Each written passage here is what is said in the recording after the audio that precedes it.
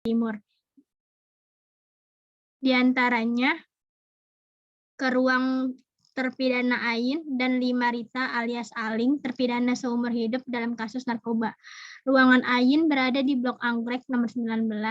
Dia tinggal bersama asisten pribadinya, Asmiati, yang merupakan terpidana 2 tahun 6 bulan penjara. Di dalam ruangannya terdapat perlengkapan bayi untuk anak angkatnya. Sedangkan di ruangan penjara Lamirita alias Aling terdapat kamar khusus berukuran 3x3 meter dengan memiliki televisi layar datar ukuran 20 inci, serta dinding ruangannya telah disulap dengan motif daun serta bunga. Tidak luput juga ada meja kerja mewah.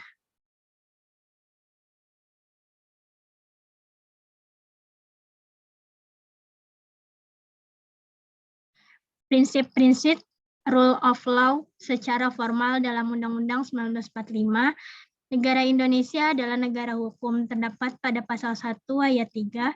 Yang kedua, segala warga negara bersamaan kedudukannya di dalam hukum dan pemerintahan dan wajib menjunjung hukum serta pemerintahan itu tanpa terkecuali. Terdapat pada pasal 27 ayat 1. Yang ketiga, setiap orang berhak atas jaminan, perlindungan, pengakuan, serta kepastian hukum yang adil serta perlakuan sama di hadapan hukum. Terdapat pada pasal 28D ayat 1. Yang keempat, setiap orang berhak untuk bekerja serta mendapat imbalan dan perlakuan yang adil dan juga layak dalam hubungan kerja. Terdapat pada pasal 28D ayat 2. Untuk strategi pelaksanaan atau pengembangan rule of law, agar pelaksanaan pengembangan berjalan efektif sesuai dengan yang diharapkan, maka keberhasilan the enforcement of the rules of law harus didasarkan pada corak masyarakat hukum yang bersangkutan dan kepribadian nasional masing-masing bangsa. Yang kedua, rule of law yang merupakan institusi sosial harus didasarkan pada akar budaya yang tumbuh dan berkembang pada bangsa. Yang ketiga, rule of law sebagai suatu legalisme yang membuat wawasan sosial, gagasan tentang hubungan antar manusia, masyarakat, dan negara harus dapat ditegakkan secara adil dan hanya memihak kepada keadilan.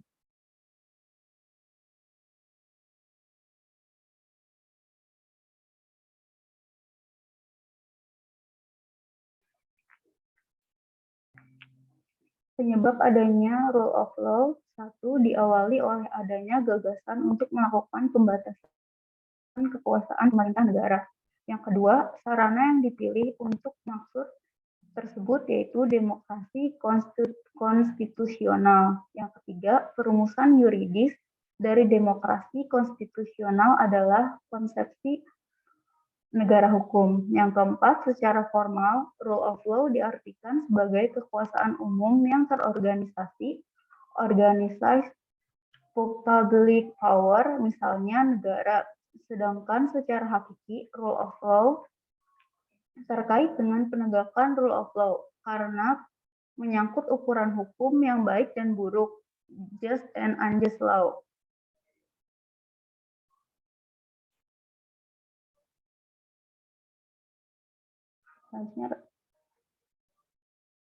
Agar pelaksanaan rule of law bisa berjalan sesuai dengan yang diharapkan, maka yang satu, keberhasilan the enforcement of the rule of law harus didasarkan pada corak masyarakat hukum yang bersangkutan dan kepribadian masing-masing setiap bangsa. Yang kedua, rule of law yang merupakan institusi sosial harus didasarkan pada budaya yang tumbuh dan berkembang pada bangsa. Yang ketiga, rule of law sebagai suatu legalisme yang membuat wawasan sosial gagasan tentang hubungan antara manusia, masyarakat, dan negara harus ditegakkan secara adil, juga memihak pada keadilan. Prinsip-prinsip rule of law secara formal tertera dalam pembukaan UUD 1945. Penjabaran prinsip-prinsip rule of law secara formal termuat di dalam pasal-pasal UUD 1945.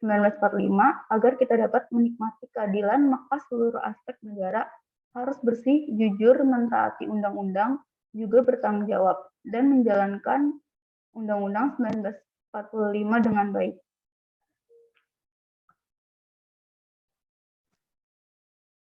Demokrasi dengan pembagian kekuasaan. Demokrasi menurut Undang-Undang Dasar 1945 bukan saja mengakui kekuasaan negara rakyat Indonesia yang tidak tak terbatas secara hukum, melainkan juga demokrasi itu dikuatkan dengan pembagian kekuasaan negara dan diserahkan pada badan-badan negara yang bertanggung jawab. Jadi demokrasi menurut Undang-Undang Dasar 1945 mengenal semacam division of separation and power, sistem check and balance.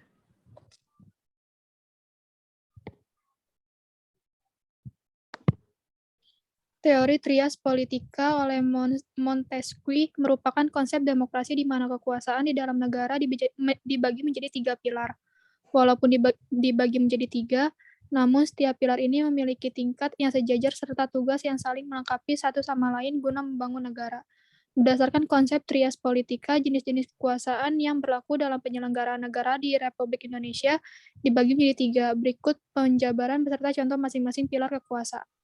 Yang pertama ada legislatif, merupakan jenis kekuasaan atau lembaga yang berwenang dalam membuat serta merancang kebijakan, peraturan, dan perundang-undangan. Contohnya Dewan Perwakilan Daerah dan Dewan Perwakilan Rakyat Daerah. Ada yang kedua, eksekutif, merupakan jenis kekuasaan atau lembaga yang berwenang dalam menerapkan serta melaksanakan kebijakan, peraturan, dan perundang-undangan yang dibuat oleh lembaga legislatif. Contohnya Presiden dan Menteri beserta seluruh stafnya. Yang C ada yudikatif, merupakan jenis kekuasaan atau lembaga yang berwenang dalam menegakkan serta mengadili para pelanggar kebijakan, peraturan, dan perundang-undangan demi mempertahankan undang-undang yang telah dibuat. Contohnya Mahkamah Agung dan Mahkamah Konstitusi. Penggunaan konsep trias politika di Indonesia bukan karena tanpa tujuan dan maksud. Berikut beberapa tujuan bangsa Indonesia menggunakan konsep trias politika. Yang pertama, mencegah tindakan sewenang-wenang atau otoriter. Yang kedua, menciptakan kepentingan umum bagi kesejahteraan rakyat. Yang ketiga, mencegah penyalahgunaan kekuasaan. Yang keempat, mensinergiskan fungsi kekuasaan. Yang kelima, mempermudah dan mengoptimalkan kinerja suatu badan pemerintah.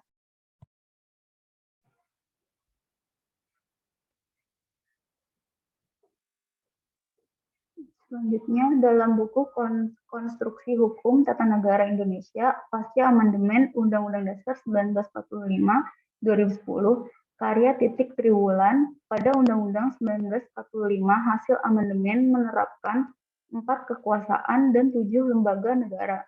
Di dalam pergeserannya adalah pergeseran klasifikasi kekuasaan negara yang umumnya terdiri atas 3 jenis menjadi 6 kekuasaan negara. Yang pertama ada kekuasaan konstitusi. Kekuasaan konstitusi merupakan kekuasaan untuk mengubah dan menetapkan undang-undang dasar. Kekuasaan ini dipegang oleh Majelis Permusyawaratan Rakyat atau MPR. Pada pasal 3 ayat 1 Undang-Undang Dasar 45 menyatakan, Majelis Permusyawaratan Rakyat berwenang mengubah dan menetapkan undang-undang dasar. Dikutip situs Majelis Permusyawaratan Rakyat, hampir semua negara di dunia memiliki konstitusi tertulis atau undang-undang dasar yang mengatur pembentukan, pembagian wewenang, dan cara bekerja berbagai lembaga kenegaraan. Konstitusi suatu negara pada hakikatnya merupakan hukum dasar tertinggi yang memuat hal-hal mengenai penyelenggaraan negara.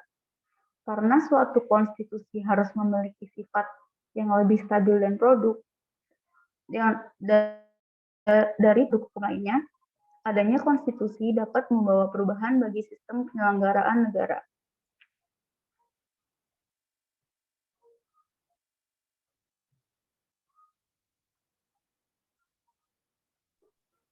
Kekuasaan eksekutif. Kekuasaan eksekutif merupakan kekuasaan untuk melaksanakan atau menjalankan undang-undang. Tidak hanya itu, tetapi juga penyelenggaraan negara. Pada kekuasaan tersebut dipegang oleh Presiden, di mana itu tertuang dalam Pasal 4 Ayat 1 Undang-Undang 1945 yang menyatakan bahwa Presiden memegang kekuasaan pemerintah menurut Undang-Undang Dasar. Kekuasaan legislatif. Kekuasaan legislatif merupakan kekuasaan untuk membuat atau membentuk undang-undang pada Pasal 20 Ayat 1 Undang-Undang 1945 yang menyatakan bahwa Dewan Perwakilan Rakyat atau DPR memegang kekuasaan membentuk undang-undang. Dikutip situs Dewan Perwakilan Rakyat, DPR tidak hanya menyusun dan membuat undang-undang, tapi juga menyerap, menghimpun, menampung, dan menindaklanjuti aspirasi rakyat. Selain itu, memberikan persetujuan kepada Presiden untuk menyatakan perang ataupun membuat perdamaian dengan negara lain, mengangkat dan memberhentikan anggota Komisi Yudisial.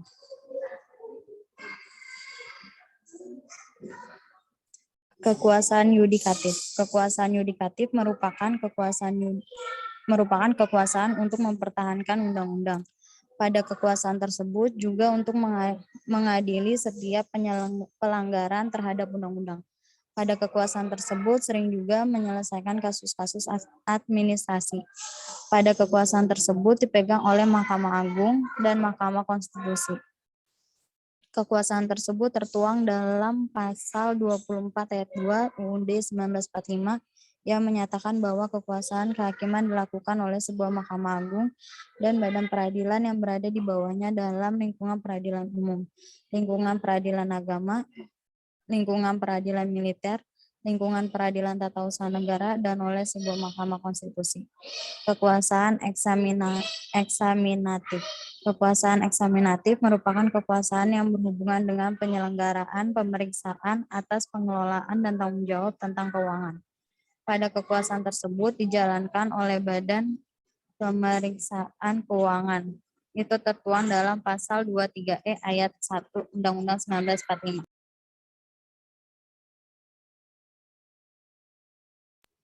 Kekuasaan moneter. Kekuasaan moneter merupakan kekuasaan untuk menetapkan dan melaksanakan kebijakan moneter, mengatur dan menjaga kelancaran sistem pembayaran. Kekuasaan tersebut dijalankan oleh Bank Indonesia dan tertuang dalam pasal 23D Undang-Undang 1945, di mana yang berbunyi bahwa negara memiliki satu bank sentral yang susunan, kedudukan, kewenangan, tanggung jawab, dan independensinya diatur dalam undang-undang. Kekuasaan vertikal.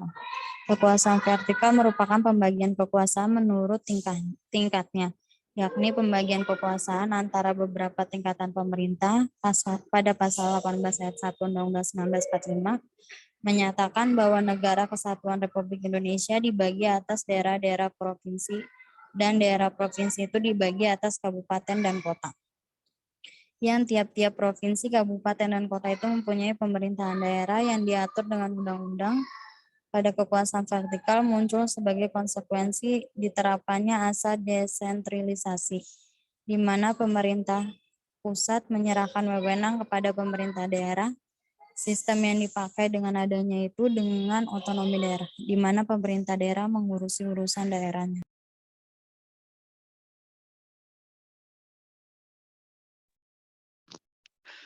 Berikutnya beberapa kasus tentang pembagian kekuasaan di Indonesia. Yang pertama, pada kasus di mana dahulu MPR berada di atas kekuasaan, tetapi sekarang MPR tidak lagi berada di atas kekuasaan dan berada sejajar dengan MA dan Presiden. Yang kedua, kasus pembagian kekuasaan di mana dahulu Kemen LHK, Kementerian Lingkungan Hidup dan Kehutanan dibagi lagi menjadi dua, yaitu Kementerian Lingkungan Hidup dan Kementerian Kehutanan. Yang ketiga, kasus pembagian kekuasaan secara bebas otonomi daerah yang diterapkan pada masa Presiden B.J. Habibie. Yang keempat, kasus pembagian kekuasaan negara menjadi tiga dan menganut prinsip Montesquieu yang disebut trias politika. Yang kelima, kasus pembagian kekuasaan di mana Presiden Ir Soekarno pada akhir jabatannya membagi kekuasaannya dengan Presiden Soeharto melalui Supersemar.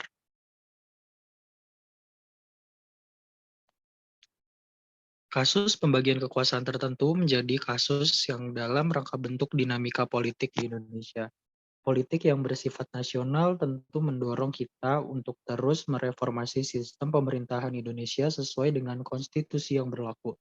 Maka dari itu, kita akan menganalisis mengenai kasus pembagian kekuasaan tersebut. Yang pertama, dahulu secara struktural MPR berada di atas Presiden. Akibatnya terjadi pemusatan kekuasaan pada MPR. Dikhawatirkan akan merusak bangsa. Namun pada masa Orde Baru, MPR pada masa itu seperti tidak ada apa-apanya dibandingkan dengan Presiden. Ini berkebalikan dengan fungsi struktural. Hal ini mengakibatkan presiden menjadi otoriter, sehingga untuk mengantisipasi hal tersebut, MPR dibagi kekuasaannya di bidang legislatif agar dapat melakukan kewajibannya secara penuh. Yang kedua, pembagian kekuasaan di mana yang menjadi Kemen LHK dulu itu dibagi menjadi Kementerian Kehutanan dan Kementerian Lingkungan Hidup.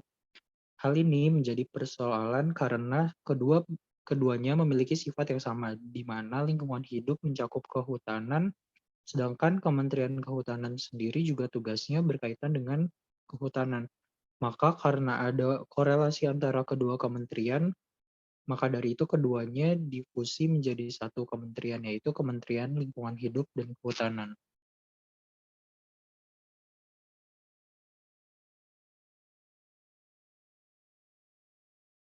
Berikutnya yang ketiga, masa Presiden Soeharto. Semua diatur dari pusat. Hal ini diperparah lagi Presiden tidak meratakan pembangunan. Untuk itu terjadi kesenjangan pembangunan antara pusat dan daerah. Maka setelah rezim Orde Baru runtuh, dimuatkanlah yang dinamakan asas otonomi daerah, sehingga pembangunan dapat terjadi secara merata. Yang keempat, pembagian kekuasaan menurut Montesquieu menjadi 3, yaitu eksekutif yang berfungsi menjalankan peraturan perundang-undangan, legislatif yang berfungsi membuat peraturan perundang-undangan, dan yudikatif yang berfungsi mengawasi pelaksanaan peraturan perundang-undangan. Maka dari itu, karena legislatif merupakan perwakilan rakyat yang mampu membentuk peraturan perundang-undangan, maka ini sudah memenuhi UUD pasal 1 ayat 2, yaitu kedaulatan berada di tangan rakyat dan dilaksanakan menurut Undang-Undang Dasar.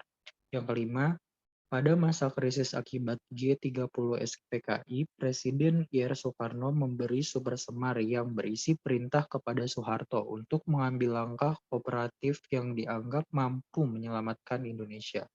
Akibat dari Supersemar ini, Soeharto seakan menjadi pemegang penuh kekuasaan sehingga dengan memberikan serangkaian perintah untuk membuat situasi Indonesia menjadi lebih aman. Akhirnya, Soeharto mampu menggeser kedudukan Ir Soekarno dari kursi kepresidenan.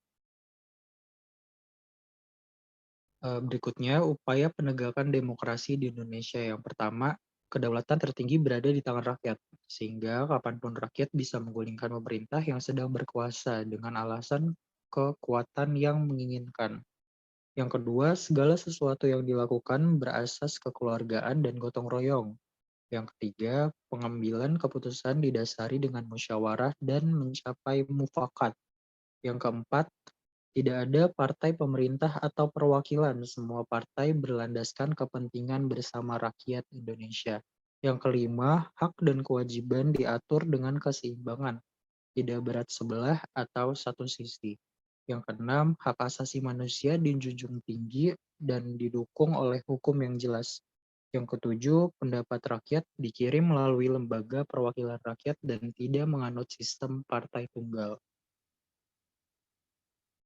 Sekian, terima kasih presentasi dari kami. Dipersilahkan untuk teman-teman yang ingin bertanya. Ya, 21 slide, luar biasa. Ya, menarik ya, terutama pada materi tentang demokrasi dengan pembagian kekuasaan. Ya, dijabarkan sebenarnya sih memang sedikit ya tidak aktual ya, artinya kasus-kasus yang berkaitan dengan pembagian kekuasaan sejak zaman Orde Lama ya yang dijadikan contoh. Tidak apa-apa sih ya, sebenarnya sih harusnya yang sekarang apakah ada gitu ya praktik yang menyimpang, apakah memang sejalan, ya kan?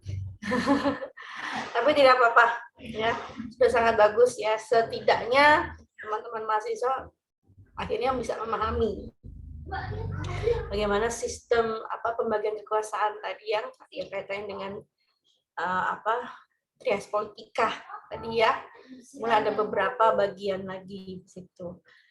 Ya, di situ juga tadi dijelaskan, dulu sebelum Orde Reformasi, di Orde Baru ternyata ya kekuasaan itu tertinggi malah justru ada di presiden. MPR masih di bawahnya, sehingga mengarah kepada pemerintahan yang otoriter gitu ya. Itu tadi juga dibahas, memang benar.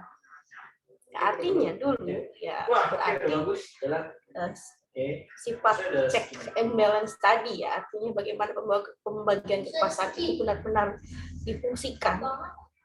Ya ternyata tidak, apalagi ada dua kementerian yang sebenarnya punya andil yang saling gitu kan, andil yang saling. Ya untuk apa dibuat dua kementerian ya? Betul sekali. Oke, ada yang mau bertanya? Silakan Ayah, banyak nih jatahnya. Ada 12. Saya boleh. Siapa yang mau bertanya? Sebutkan nama. Selinia Melinda, Bu.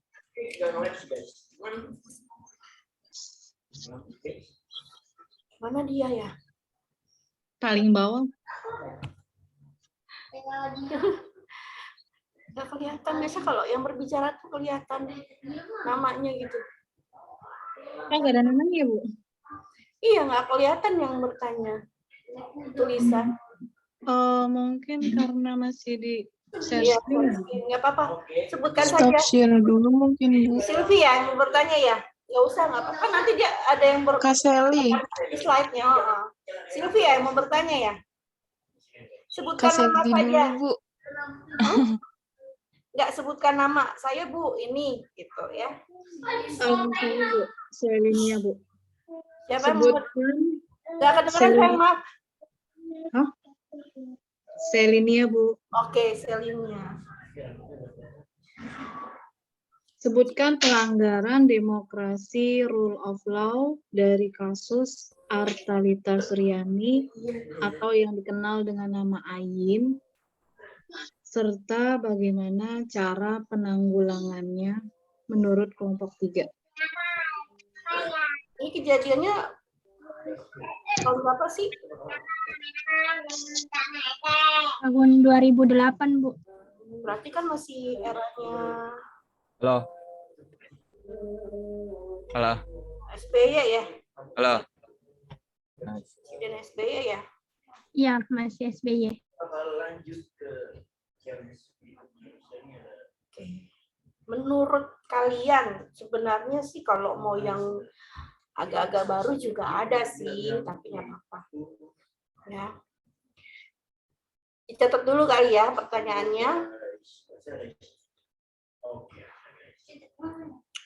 Dari siapa tadi? Selinia. Jadi bagaimana penanggulangannya? Oke, tadi ya. Oke, kemudian silakan Sylvie, apa siapa tadi ada yang suara mahasiswa tadi tes mau nanya tuh. Siapa yang mau nanya? Iskandar ya? Ibu, saya mau nanya, Bu. Siapa? Kak Viva. Siapa? Oh, Viva. Iya, Bu. Dengan tablet ciuman yang benar-benar lama ya, ini musik baru yang apa yang mau ditanyakan? Kasus juga. Di situ kan ada pilar demokrasi rule of law. Jadi apa aja sih beberapa contoh pelaksanaan demokrasi rule of law dalam kehidupan sehari-hari? Oh, kamu mau minta contoh penerapan rule of law dalam kehidupan sehari-hari, terutama Iya. untuk Anda ya sebagai mahasiswa ya. Oke. Betul.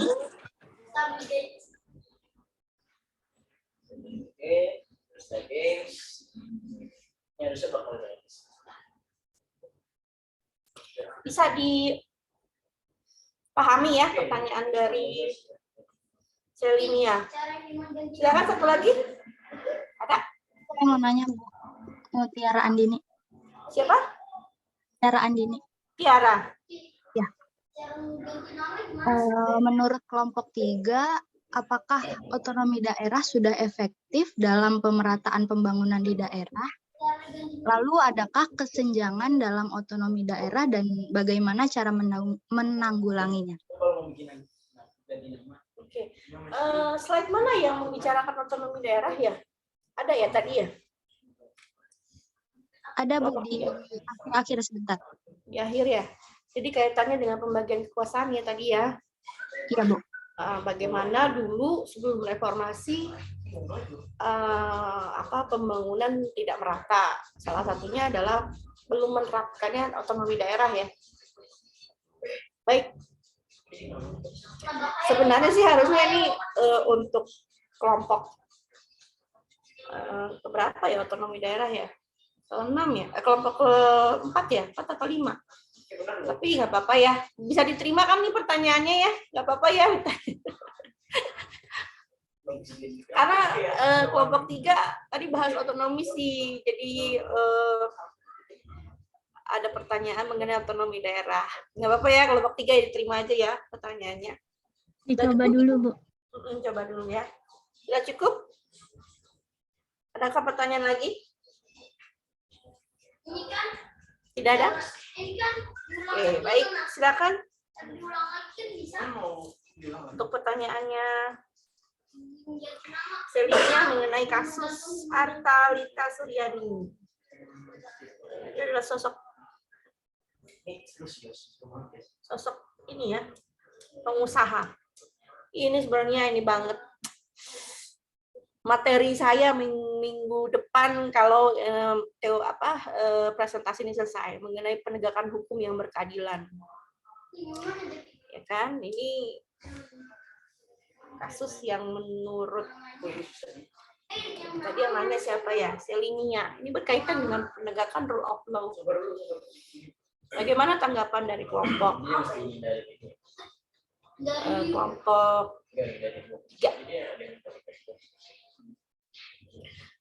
Saya sih sebenarnya juga pernah mendengar langsung ya dari salah satu rekan saya yang dia pun mengetahui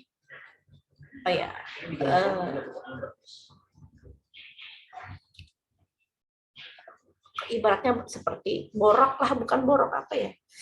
Jadi para pengusaha itu terkadang ketika ingin mendapatkan tender gitu ya, tender dengan sebuah institusi, proyek, pemerintah, itu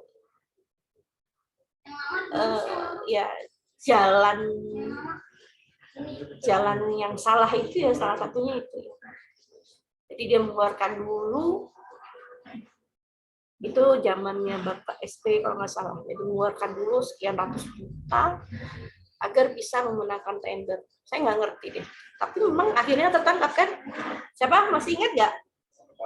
Yang Hambalang,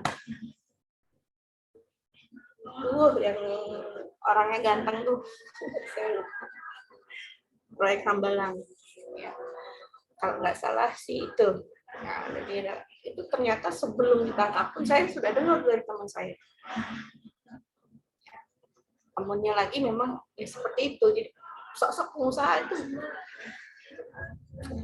ya kadang menjadi andil gitu, punya andil.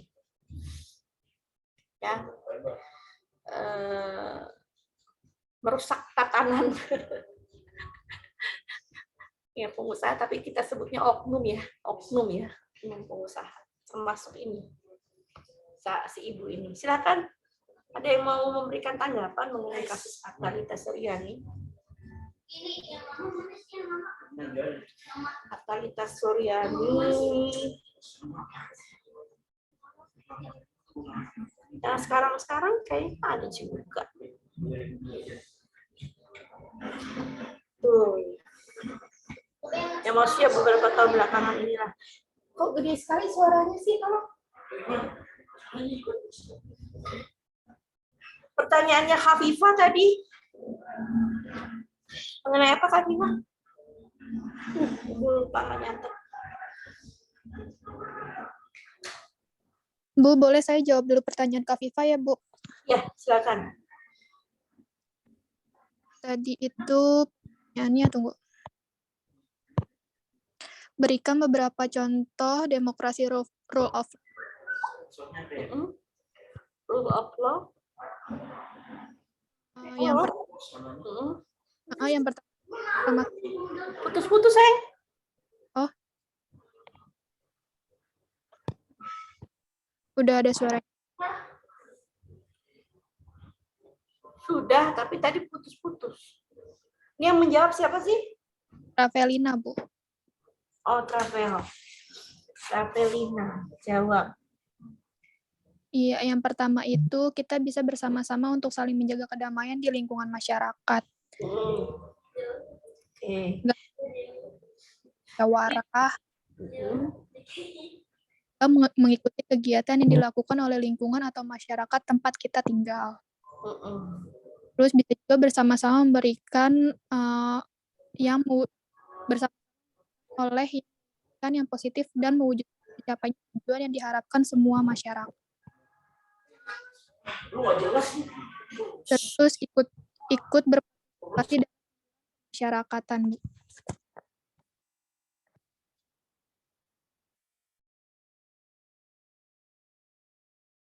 Sayang sekali suaranya putus-putus tadi, Silvi lagi, Ravelina.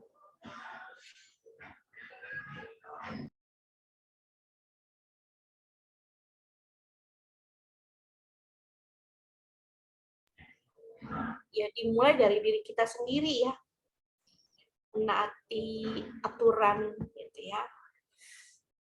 Artinya 4 hal yang berkaitan dengan rule of law ya, legal justice, legal security, legal.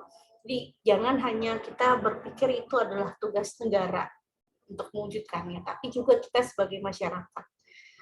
Ya, dan apa yang tadi dijabarkan oleh Ravelina ya, poin pertama tadi sih saya dengar ya.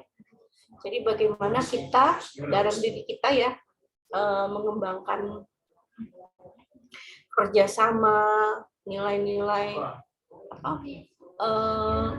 mempraktikkan nilai-nilai baik di dalam masyarakat.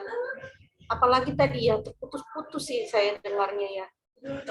Ada yang mau membantu mungkin?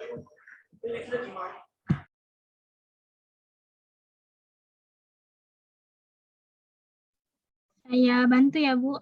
Tadi yang pertama, memberi perangkat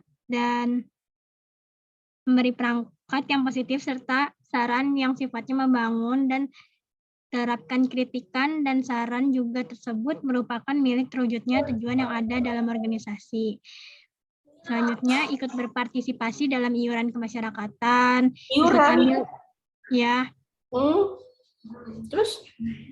Terus ikut ambil bagian dalam upaya untuk memecahkan masalah dan memecahkan masalah mufakat demi tujuan bersama. Selanjutnya, menghargai dan menerima setiap pendapat dari orang lain. Setelah itu, menyatakan pendapat mana yang dirasa lebih sesuai untuk menghasilkan keputusan yang terbaik. Terus ada juga berusaha mengatasi masalah yang ada dalam organisasi dengan menggunakan logika dan logika yang jernih. Berusaha menyelesaikan masalah dengan menggunakan bukti yang akurat. Yang terakhir ada ikut ambil alih dalam pemilihan umum baik di desa, kabupaten, atau apapun di negara. Ini demokrasi dengan rule of law ini. Betul? Iya, Bu. Oke. Berarti intinya keaktifan kita ya dalam berorganisasi, ya kan?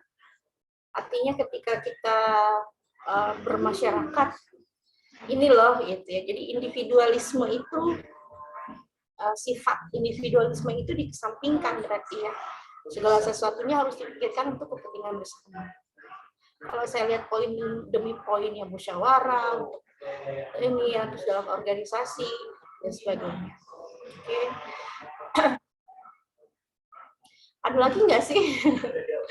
Karena kan bicara tentang rule of law sebenarnya banyak hal ya yang berkaitan dengan itu. Tapi mungkin menurut Afifah sudah cukup. Bagaimana Afifah? Sudah cukup, Bu. Sudah cukup. Kalau Afifah sudah cukup ya sudah ya. Oke, sebenarnya dijabarkan di ini ada sih sebenarnya ya, tersirat dalam slide di PowerPoint yang sudah dibuat. Ya. Nah, ini pertanyaan yang menarik tentang otonomi daerah dari Tiara Andini. Siapa yang akan menjawab? Saya mau coba jawab. Sebentar, tadi yang menjawab pertanyaan Kak Vivo siapa ya? Elin, Bu, Travelina. Oh, Travelina. Berarti yang pertanyaannya Selin belum ada yang jawab tadi ya? Selinnya ya. Nah, pertanyaan belum Tiara Andini yang menjawab adalah Fahmi. Silakan Fahmi. Ya Bu, izin jawab ya Bu. Ya. Pertanyaan dari Kamutia, apakah otonomi daerah sudah efektif dan pemerataan pembangunan di daerah? Adakah kesenjangan dalam otonomi daerah dan bagaimana penanggulangannya? Ini menurut saya, Bu. Apakah jadi untuk di daerah-daerah terpencil tentu belum efektif pemerataan pembangunan di daerahnya. Karena kita lihat lagi dari daerah-daerah sendiri di Indonesia pun ininya beda-beda Bu, pendapatan per kapitanya, terus kayak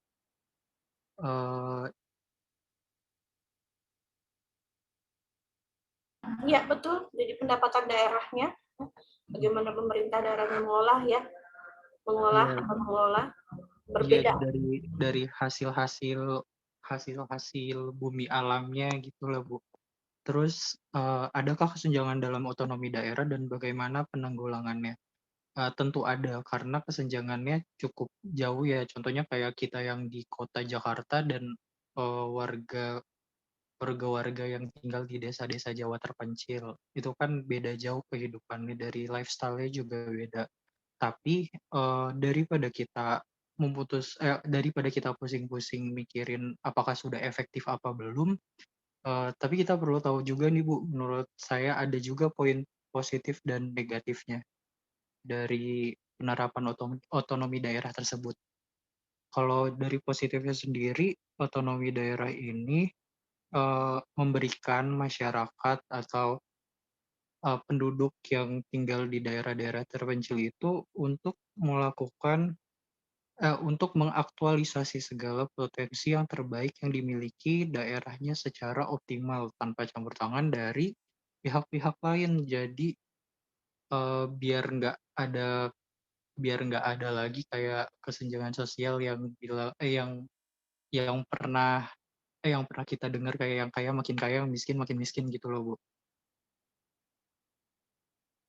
Terus tapi ada juga kan dampak negatifnya dari otonomi daerah, yaitu kayak yang tadi saya bilang, pasti adanya muncul oknum-oknum di tingkat daerah yang melakukan berbagai pelanggaran, munculnya pertentangan antara pemerintah daerah dengan pusat, serta timbulnya kesenjangan antara daerah yang pendapatannya lebih tinggi dengan daerah yang masih berkembang.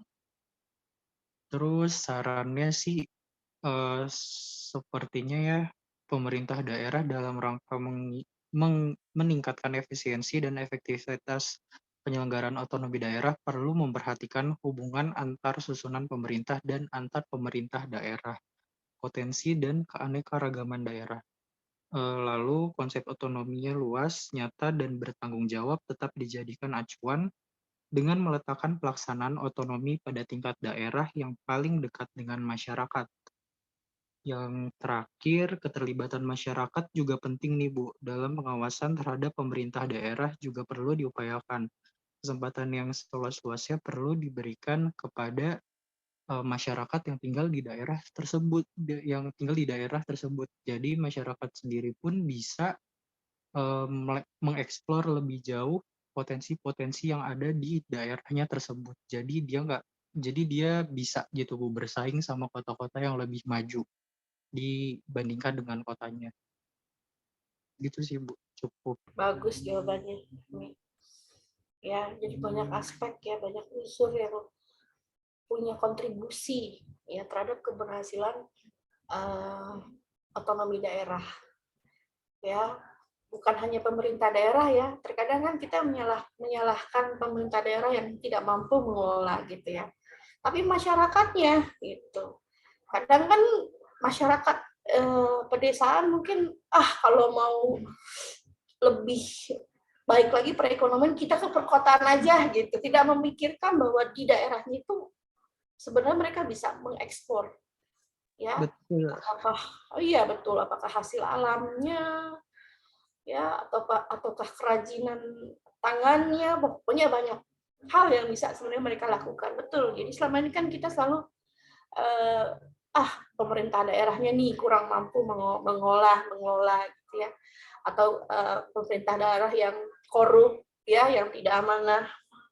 Padahal masyarakat itu sendiri pun seharusnya juga mampu atau berkontribusi, ya, dan mampu mengeksplorasi keunggulan dari daerah itu apa. Begitu. Saya punya teman, dia mantan istri lurah di di Pulau Seribu. Wih, enak tuh Bu, iya di Pulau Seribu. Aduh, pulau apa ya namanya kemarin ya? Jadi yang dia latih tuh, akhirnya mereka menemukan sebuah sumber hasil lautnya itu rumput laut. Jadi ada hasil olahan rumput laut. Jadi semua ibu-ibu di sana tuh dilatih untuk menghasilkan produk dari rumput laut itu sendiri. Nah, itu maksudnya yang seperti itu. Ya, jadi memang apa yang terjadi plus minusnya ada. Minusnya ketika di daerah itu tidak mampu mengolah, ya, tidak hanya pemerintah daerahnya tetapi juga masyarakatnya, dia akan tertinggal, ya, dari daerah yang lain. Ya. Belum ditambah ya tadi, ya, pemerintahan yang tidak amanah. Maka sebenarnya begini ya, kalau menurut saya juga saya tambahkan, ketika memilih pemerintah daerah, ya, tidak hanya bupati, gitu ya, bukan, tidak hanya itu, ya, tidak hanya gubernur, bukan. Pokoknya kepala daerah lah, ya, pilihlah yang memang putra daerah, yang cinta akan daerahnya, gitu ya, bukan yang orang tuanya dari sana, tapi dia besar dan populer di perkotaan gitu. Jadi hanya besar nama saja. Kenapa tidak cari putra daerah yang punya kecintaan akan daerahnya? Jadi dia kembali ke daerah tersebut dan membangun, membesarkan daerah itu. Gitu. Kalau menurut saya ya, karena ada beberapa kasus saya melihat ya, yang tidak amanah itu ya malah justru kan saya bilang dia bukan putra daerah. Gitu. Dia besar dengan nama di perkotaan sebagai sosok mungkin artis, ya saya sebut aja deh, atau ya public figure. Gitu. Harusnya kan, putra daerah lah kita utamakan. Gitu. Karena pada dasarnya dia punya rasa kecintaan terhadap daerahnya, ya pasti kemungkinan lebih amanah, begitu ya. Kemungkinan, ya, kembali lagi ke individunya. Bagus jawaban Fahmi, ya, tercerahkan juga teman-teman yang ada di sini, ya, terutama yang punya asal daerah, ya, nanti mau jadi salah satu bagian dari pemerintah daerahnya, ya. Saya mau memajukan daerah kampung halaman saya, oke, bagus gitu ya. Oke, lanjut pertanyaan yang terakhir. Wah, kelompok berikutnya belum maju nih. Kalau pertanyaannya Selin ini belum ada yang jawab nih. Siapa yang mau jawab?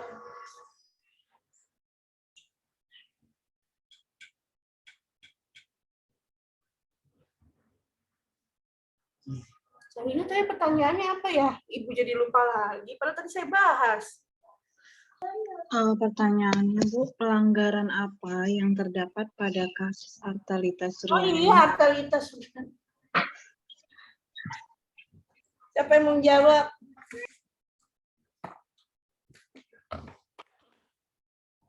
Orangnya udah masih di ini ya kan? Masih di sel apa? Sudah bebas ya?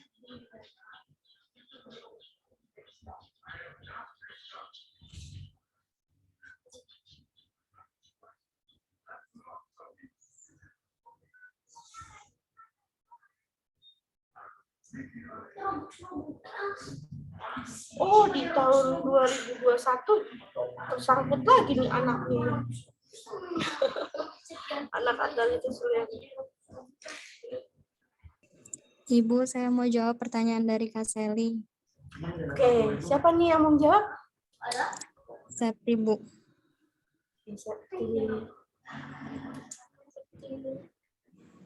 Dari kasusnya Ain ada 2 kesenjangan. Yang pertama itu kasus suap yang dilakukan Ain terhadap jaksa. Yang kedua itu fasilitas yang diterima Ain di dalam tahanan yang tidak sebanding dengan tahanan lainnya. Fasilitas ya. Kayaknya udah jadi rahasia umum ya. Terus bagaimana cara penanggulangannya?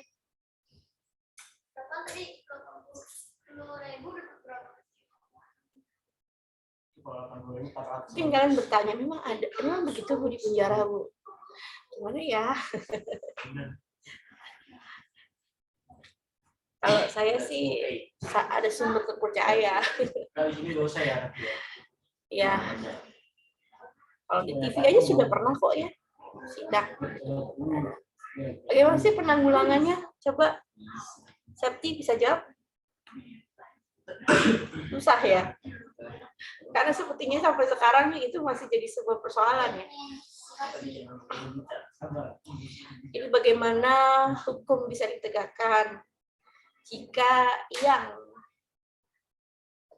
terpidana hukuman itu tidak merasa jerak gitu kan. Jadi seharusnya penegakan hukum itu ya, menghasilkan sebuah kepastian hukum yang membuat orang lain tidak mau melanggar hukum, kan begitu kan? Jerak.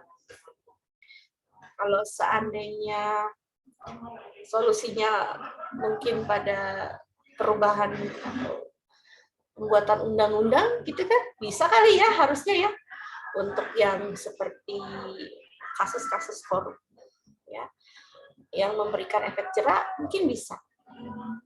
Kalau sekarang belum tuh kayaknya. Kalau dikasih fasilitas. Yang paling terkenal adalah GT, Gayus Tambunan. Pernah dengar? Ya. Kemudian itu yang paling heboh sampai dia bisa jalan-jalan ke luar negeri.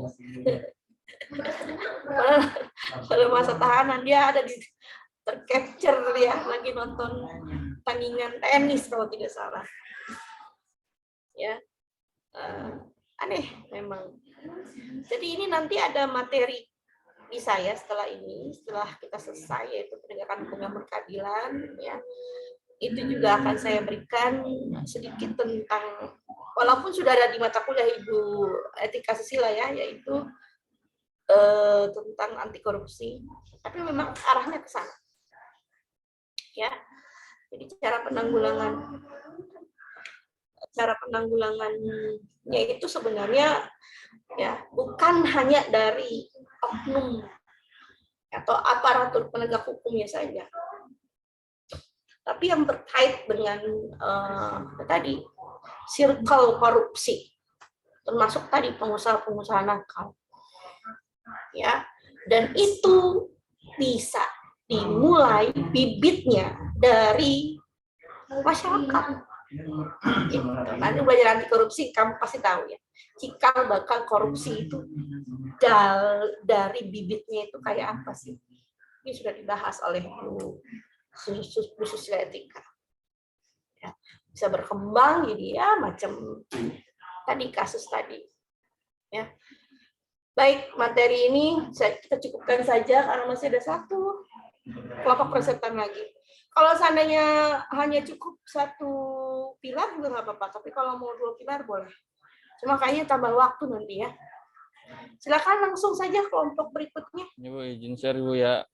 Iya, Muhammad Romi kok ini ngantuk kamu ya?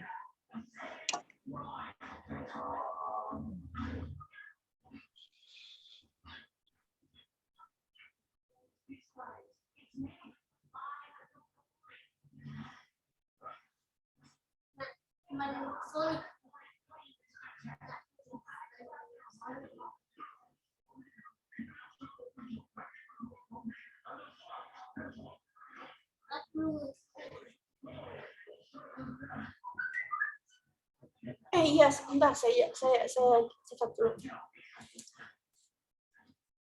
Anita Rahman. Udah ada slide-nya belum ya? Udah.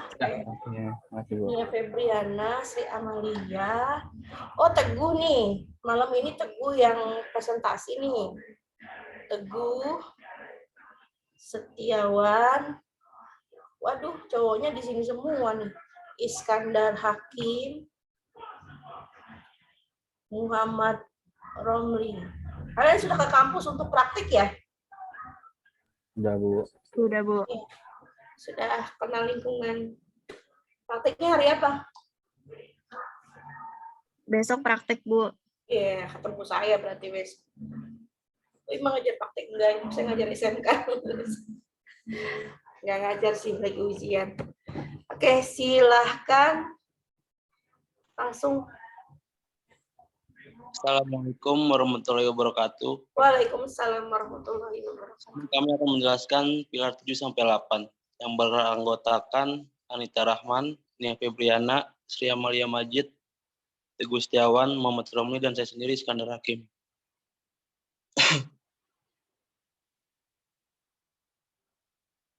Pilar 7, demokrasi dengan pengadilan yang merdeka.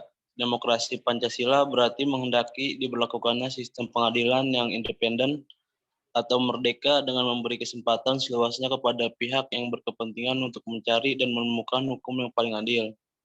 Semua pihak juga mempunyai hak yang sama untuk mengajukan pertimbangan, dalil, fakta, saksi, alat bukti, dan petitumnya.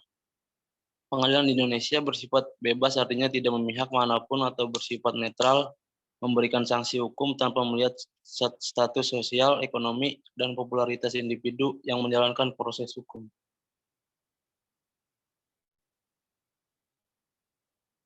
Bidang politik, pembangunan hukum diarahkan untuk menghilangkan kemungkinan terjadinya tindak pidana korupsi serta mampu menangani dan menyelesaikan secara tuntas permasalahan yang terkait kolusi, korupsi, nepotisme, atau KKN, terutama suap menyuap yang menempati posisi yang strategis terhadap perkembangan tindak pidana korupsi yang lain. Suap menyuap yang terjadi secara masif dan bentuk money politik di berbagai pemilihan umum tidak pernah dituntut di pengadilan, bahkan dianggap sesuatu yang wajar. Padahal dalam jangka panjang akan merusak mental bangsa.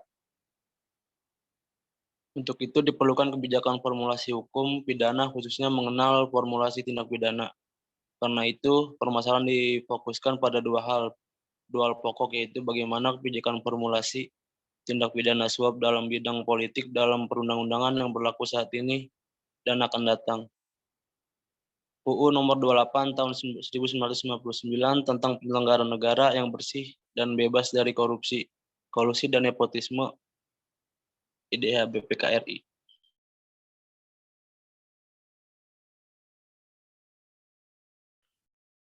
Bidang ekonomi, tantangan penegakan hukum hak kekayaan intelektual dalam pengembangan ekonomi kreatif.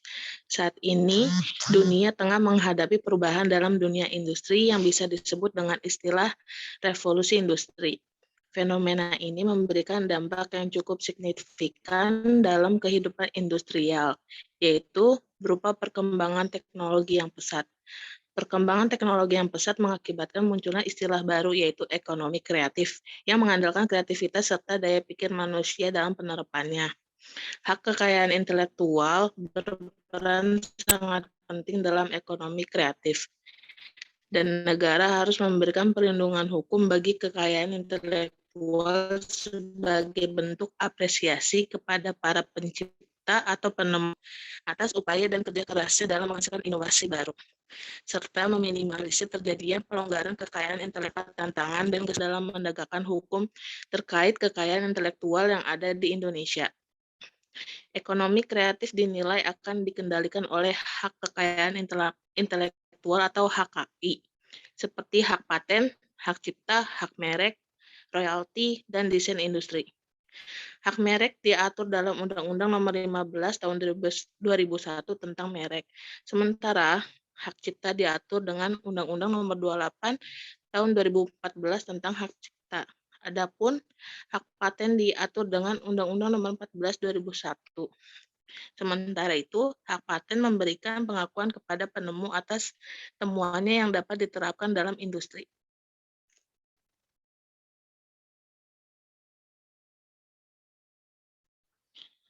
Bidang sosial. Demonstrasi berkaitan dengan kebijakan masa jabatan Presiden 3 periode. Beberapa tuntutan diketahui akan disuarakan mahasiswa seperti menolak perpanjangan masa jabatan Presiden menjadi 3 periode dan penundaan pemilu 2024, serta kenaikan harga bahan pokok. Beberapa pengamat politik mengatakan para mahasiswa itu membawa tuntutan yang sangat penting yang terjadi di tanah air saat ini. Mereka akan menyampaikan sikap dan tuntutan penting kepada pemerintah, yaitu menolak perpanjangan masa jabatan Presiden menjadi 3 periode dan penundaan pemilu 2024. Di samping itu, mereka juga mendesak pemerintah agar bisa menjaga stabilitas harga kebutuhan pokok dan jaminan kesediaan barang-barang pokok bagi masyarakat, serta juga menuntut agar pemerintah membatalkan Undang-Undang Nomor 11 Tahun 2020 tentang Cipta Kerja. Kendati demikian, mereka mengimbau para mahasiswa tertib dalam melakukan unjuk rasa, serta mahasiswa tidak anarkis dan tidak mudah terprovokasi. Mereka juga meminta aparat yang mengamankan aksi unjuk rasa untuk tidak membawa peluru tajam dan tidak melakukan tindakan yang melanggar hak asasi manusia. Karena tindakan itu, kata Anwar Abbas, dapat melukai hati masyarakat. Menurut kami, sikap yang mahasiswa tunjukkan sudah benar, menyuarakan suara rakyat dan baiknya dalam pelaksanaan tidak ada kekerasan di dalamnya dan harus sesuai dengan prosedur yang sudah ada.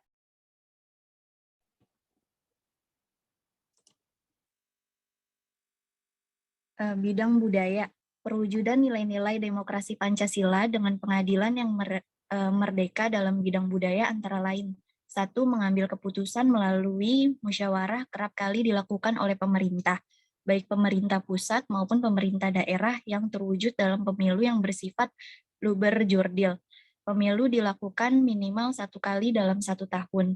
Yang kedua, menghargai pendapat orang lain dalam bermusyawarah. Kita harus menerima perbedaan pendapat antar satu anggota dengan anggota yang lain. Begitupun setelah hasil musyawarah telah disepakati, maka tetap harus menerima keputusan hasil musyawarah tersebut, walaupun tidak sesuai dengan keinginan pribadi kita. Yang ketiga, gotong royong atau saling membantu antar sesama manusia. Gotong royong merupakan salah satu ciri khas dari bangsa Indonesia karena diyakini dapat menumbuhkan sikap kerukunan. Yang keempat, meyakini adanya kekuasaan Tuhan Yang Maha Esa, yakni kekuasaan Tuhan merupakan salah satu wujud dari sila pertama Pancasila. Bentuk dari sila pertama Pancasila tersebut dapat dilakukan dengan melaksanakan ibadah kepada Tuhan, menjauhi larangannya dan menjalankan perintahnya. Yang kelima, toleransi antar umat beragama masyarakat Indonesia dengan berbagai agama yang diyakininya, memiliki peluang besar terhadap terjadinya konflik antar agama. Maka perlunya diterapkan sikap toleransi antar umat beragama, yaitu dengan cara berteman baik terhadap orang yang berbeda agama, tidak memandang sebelah mata agama lain, serta saling memberi kebebasan dalam beribadah.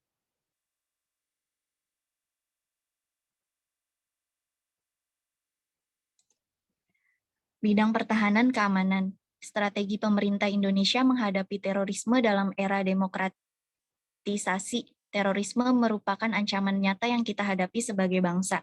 Lebih dari 1 dasawarsa terakhir, kita menyaksikan berbagai macam aksi terorisme yang ditujukan kepada pihak asing, tokoh politik, sarana ibadah, dan bandara maupun tempat-tempat strategis lainnya.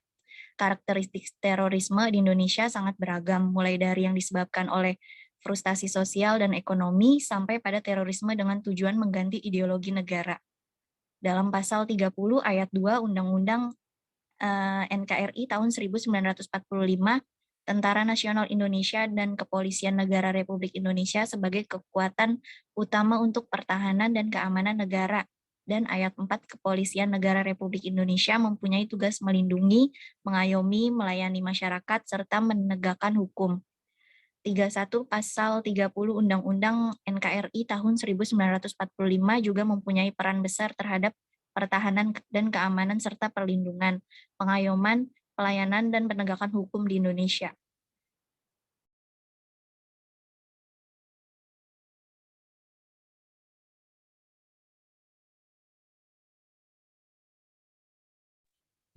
Pilar 8, demokrasi dengan otonomi daerah. Prinsip yang ke-8 ini berarti demokrasi Pancasila dijalankan dengan prinsip otonomi di mana pemerintahan membentuk daerah-daerah otonomi pada provinsi dan kabupaten atau kota. Tujuannya adalah supaya bisa mengatur dan menyelenggarakan urusan-urusan pemerintah sebagai urusan rumah tangganya sendiri yang diserahkan oleh pemerintah pusat. Hal tersebut juga berfungsi untuk menggali potensi dan memanfaatkan sebagai instrumen untuk mengembangkan daerahnya. Next, Rom.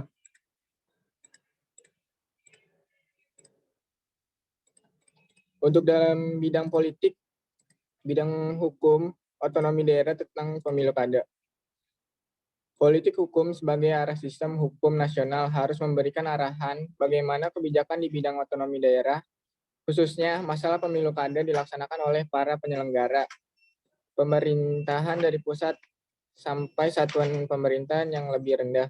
Kebutuhan akan peran pemerintah daerah tersebut diperkuat oleh suatu pemahaman mengenai paradigma negara kesejahteraan yang menghendaki campur tangan negara di segala bidang kehidupan masyarakat.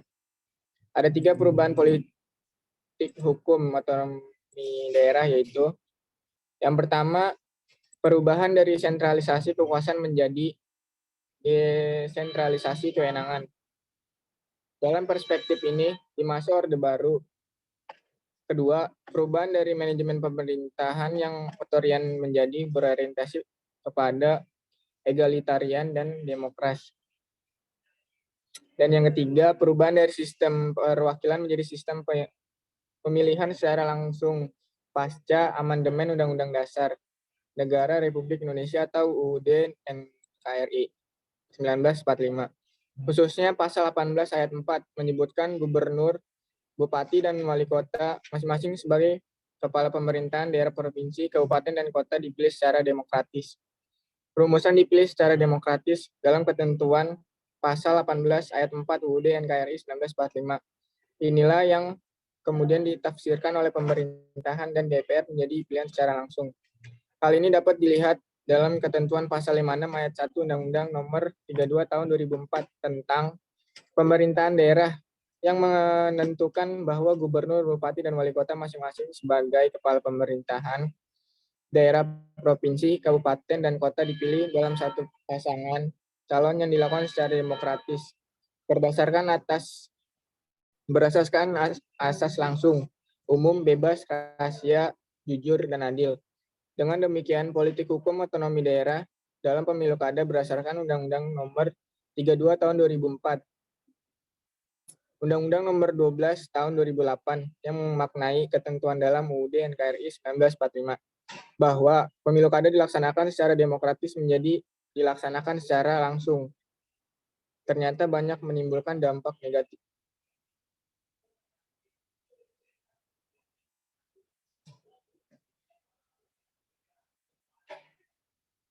Tolong baca dulu apa baterai gue tinggal 3% nih. Ya. Bidang sosial budaya. Otonomi daerah ditinjau dari perspektif sosial dan budaya, ditinjau dari aspek sosial budaya. Pelaksanaan otonomi daerah merupakan salah satu bentuk pengakuan terhadap keanekaragaman daerah, baik itu suku bangsa, agama, nilai-nilai sosial dan budaya, serta potensi lainnya yang terkandung di daerah. Pengakuan pemerintah pusat terhadap keberagaman daerah merupakan suatu nilai penting bagi eksistensi daerah. Dengan pengakuan tersebut, daerah akan merasa setara dan sejajar dengan suku bangsa lainnya. Hal ini akan sangat berpengaruh terhadap upaya mempersatukan bangsa dan negara. Pelestarian dan pengembangan nilai-nilai budaya lokal akan dapat ditingkatkan di mana pada akhirnya kekayaan budaya lokal akan memperkaya khasanah budaya nasional. hal mana selaras dengan politik hukum yang terkandung dalam Undang-Undang Nomor 48 Tahun 2009 tentang kekuasaan kehakiman, di mana dalam undang-undang tersebut memuat politik hukum 12 nasional mengenai adanya pengakuan kearifan lokal daerah sebagai salah satu sumber hukum, sebagaimana termaktub. Hakim dan hakim konstitusi wajib menggali, mengikuti, dan memahami nilai-nilai hukum dan rasa keadilan yang hidup dalam masyarakat. Bahkan dalam rancangan perubahan undang-undang tentang Mahkamah Agung akan dimasukkan pula pengaturan tentang pengakuan aspek adat istiadat sebagai salah satu yang harus dipertimbangkan oleh Mahkamah Agung dalam memutuskan perkara di tingkat kasasi dengan bunyi RUU sebagai berikut. Mahkamah Agung dalam tingkat kasasi dilarang membuat putusan yang tidak mungkin dilaksanakan karena bertentangan dengan realitas di tengah-tengah masyarakat, adat istiadat, dan kebiasaan yang turun-temurun sehingga akan mengakibatkan pertikaian dan keributan. Lanjut. Bidang ekonomi. Perkembangan perekonomian dan kesejahteraan masyarakat daerah sebelum pemberlakuan otonomi daerah sangat memprihatinkan. Terjadi berbagai ketimpangan dalam sektor ekonomi atau pendapatan daerah yang kesejahteraan masyarakat, baik antara pemerintah daerah lainnya maupun ketimpangan antara pemerintah pusat dengan pemerintah daerah itu sendiri. Banyak terjadi daerah yang memiliki kekayaan dan sumber daya alam yang melimpah, namun dalam kenyataannya masyarakat di daerah tersebut kurang bahkan tidak menikmatinya. Hal itulah yang mendorong polisi politik hukum nasional untuk memberikan kesempatan kepada daerah dalam mengatur kekayaan, perekonomian, dan kesejahteraan masyarakatnya secara otonom atau mandiri dengan diberlakukannya otonomi daerah. Kebijakan pelaksanaan otonomi daerah ditinjau dari perspektif ekonomi juga bertujuan untuk memberdayakan kemampuan daerah serta memberikan kesempatan bagi daerah untuk mengembangkan dan meningkatkan perekonomiannya. Tentunya dengan peningkatan dan pertumbuhan perekonomian daerah akan membawa pengaruh dan signifikan terhadap peningkatan kesejahteraan rakyat di daerah itu sendiri, khususnya dan masyarakat Indonesia pada umumnya. Konsideran Undang-Undang Nomor 32 Tahun 2004 juga telah menyebut tujuan dari adanya pengaturan otonomi daerah, yaitu untuk mempercepat terwujudnya kesejahteraan masyarakat melalui peningkatan pelayanan, pemberdayaan, dan peran serta masyarakat, serta peningkatan daya saing daerah, melalui kewenangan yang dimiliki oleh sebagaimana telah diamanatkan oleh konstitusi dan undang-undang. Daerah mempunyai peranan penting dalam mengatur dan mengurus kepentingan masyarakat. Daerah akan berupaya untuk meningkatkan perekonomian sesuai dengan kondisi, kebutuhan, dan kemampuan. Kewenangan daerah melalui otonomi daerah diharapkan dapat memberikan pelayanan maksimal kepada para pelaku ekonomi di daerah, baik lokal, nasional, regional, maupun global.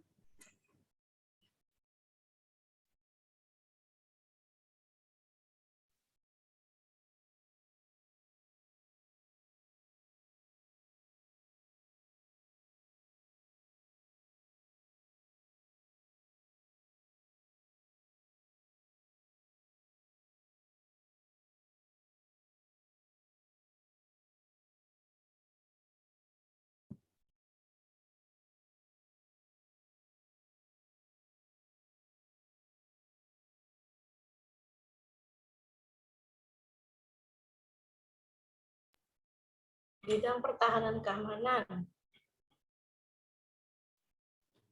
Bidang pertahanan keamanan, kekuasaan separation of power. Teori ini terdiri dari teori pemisahan dan teori pembagian kekuasaan atau distribution of power atau division of power. Dari referensi yang ada, masalah daerah otonom dan otonomi daerah telah banyak menarik minat baik di kalangan praktisi pemerintahan maupun di lingkungan akademik.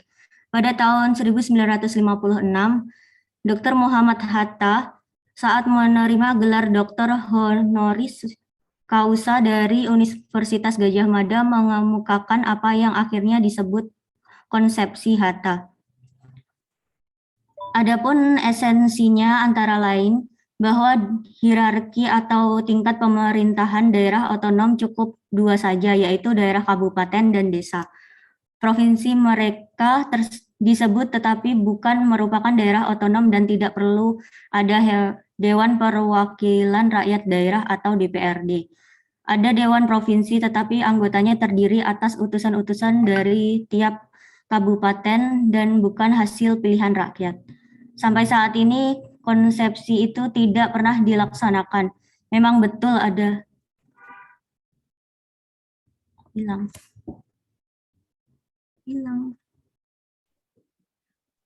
Memang betul ada dua tingkatan, yakni tingkatan daerah otonom provinsi dan kabupaten. Bahkan dalam zaman Orde Lama, yang saat itu didominasi oleh spektrum politik yang disebut Nasakom, lahir Undang-Undang RI nomor 18 tahun 1965 tentang pokok-pokok pemerintahan daerah. Di dalamnya memuat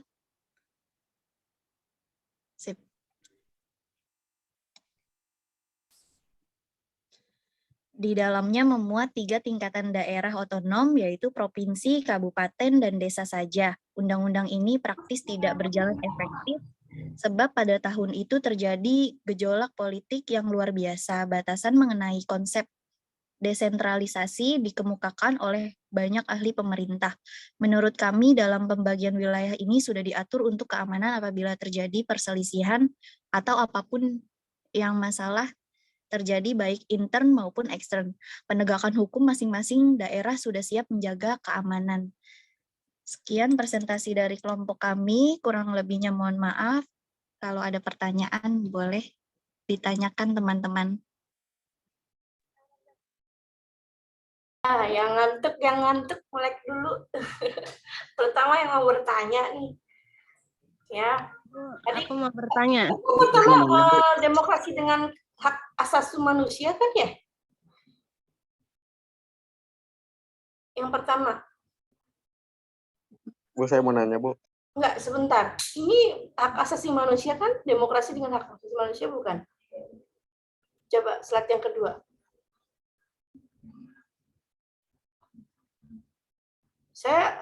Karena saya melihat setiap bidangnya itu ada yang mengarah, malah tadi bicara pengadilan yang merdeka gitu kan. Coba ini materi yang kedua kan mengenai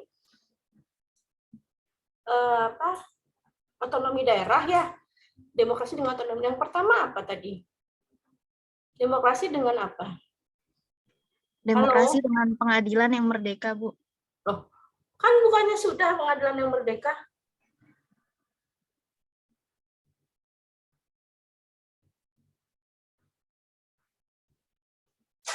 Kelompok 2.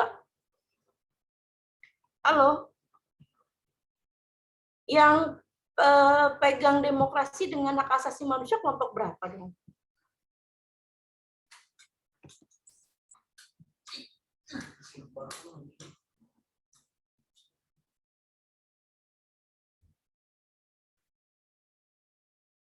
Halo?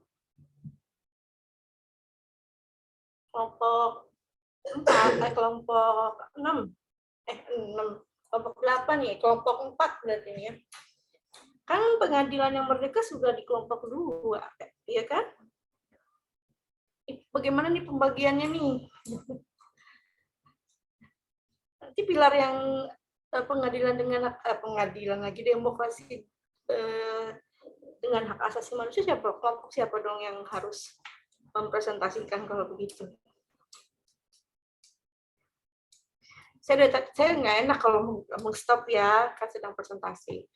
Kok kayaknya ini materi ini tuh ya saya ya sudah deh ya. Oke, kalau gitu kita fokus ke pertanyaan dulu deh. Nah, karena waktunya sudah menunjukkan pukul 8 ya. 8 malam. Jadi langsung saja ke pertanyaan. Arif tadi yang mau nanya ya, Arif ya? Iya, Bu. Bu, saya mau tanya, Bu. Ilmi setelah itu. Saya juga mau Ibu, nanya, aku Bu. mau nanya. Ibu, aku mau nanya. Septia. Apa lagi? Ibu Septi Data mau nanya. Septi. Nia, Bu. Ibu mau tanya. Septi, Septia, Nia. Kita kasih Arif dulu. Arif, apa namanya Arif? Ya, Bu. Tolong jelaskan maksud dari otonomi daerah dan berikan contohnya. Ya, Bu. Duh, teman kamu jabarin sepanjang tadi loh. Di pilar 8-nya nggak dijelasin, Bu. Apa? Yang di awalnya itu loh, contohnya nggak. Definisinya. Oke, Septi, Ya, Bu. pertanyaannya apa? Bu Ilmi, Bu. Septi tadi. Septi mau nanya, berikan contoh dari strategi pemerintah dalam menghadapi terorisme di era demokratis ini. Terorisme, ini masuknya ke mana nih? Pilar yang mana? Tadi ada, Bu, di PPT-nya. Strategi ya menghadapi terorisme.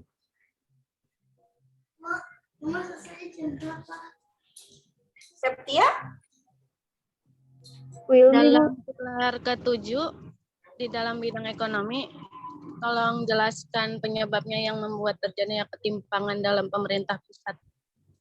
Oh, ketimpangan dalam pemerintahan pusat.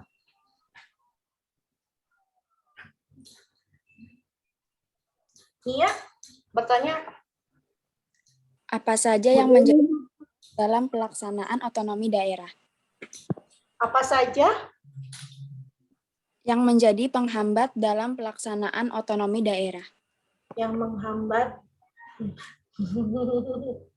Bu, maaf, boleh saya potong nggak, Bu? Boleh, Iskandar, silakan. Kan yang hak asasi manusia udah, Bu, sebelumnya. Loh, kelompok berapa? Bu. Kelompok berapa tuh sebelumnya? Kelompok 2. Oh, tuker berarti.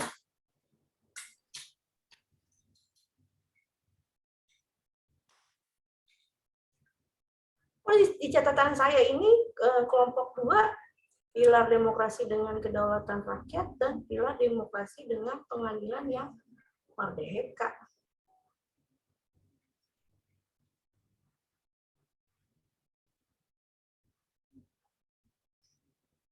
Gimana ini? Oke, baik, nanti saya ini lagi ya, kita bahas lagi. Nah, sekarang pertanyaan ini dulu deh, karena waktunya sudah jam 8 lewat berapa menit. Bu Ilmi mau nanya, Bu. Siapa yang menjawab? Ilmi mau nanya, Bu. Oh, Ilmi mau nanya, Bu. Iya. Ilmi, gimana nih?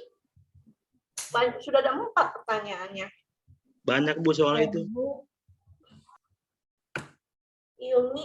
Ilmi mau bertanya apa? Siapa tahu di sini sudah ada pertanyaannya. Coba mau nanya apa, Ilmi? Kan pada pilar 7 disebutkan bahwa demokrasi dengan pengadilan yang merdeka dan telah dijelaskan. Menurut kalian, apakah pengadilan di Indonesia telah mencerminkan pernyataan dalam pilar ke-7 itu? Coba. Apakah pengadilan yang merdeka sudah tercerminkan dalam sila? Dalam pengadilan di Indonesia, Bu.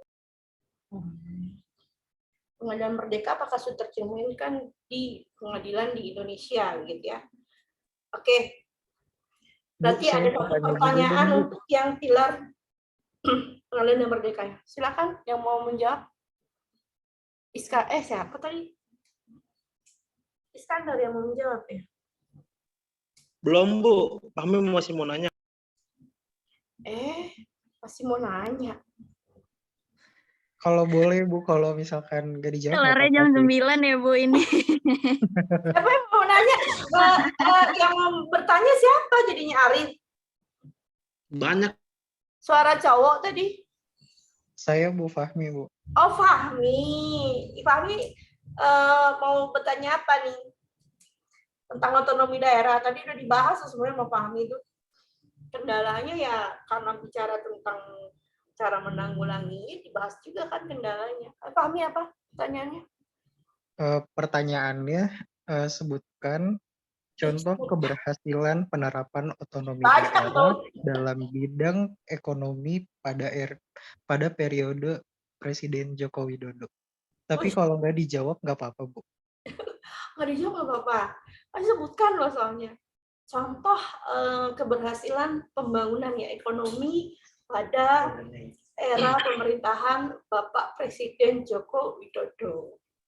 Ya, kalau disebutkan banyak ya terserah. Tapi sebenarnya kalau ini mudah ya, mudah sebenarnya. Contoh, kalau mau dijawab boleh gitu ya. Kalau nggak dijawab nggak apa-apa berarti ya. Terus ngapain nanya kamu Fahmi? Soalnya udah banyak, Bu, yang nanya, takut nggak kejawab. Oh gitu, Ih, Fahmi pengertian sekali. Tenang, kejawab Bang Fahmi, tenang. Sudah ya, sudah banyak nih. 1, 2, 3, 4, 5, 6 pertanyaan. Untung saya catat. Tadi Arif bertanya tentang apa sih otonomi daerah, karena tadi katanya belum sempat dijelaskan. Safety, strategi pemerintah, apa yang bisa dilakukan dalam menangani terorisme. Septia bertanya tentang ketimpangan. Ketimpangan apa ya tadi ya? Pemerintah pusat, Bu, penyebab. Ya. Antara pemerintah pusat dengan pemerintahan daerah. Nah ini apa saja yang menjadi kendala penghambat ya pembangunan atau otonomi daerah. Dan terakhir tadi, Ilmi tadi nanya apa ya Mia? Saya tidak catat nih. Ilmi nanya apa tadi ya Mi? Apakah pengadilan merdeka sudah tercerminkan di pengadilan Indonesia? Iya.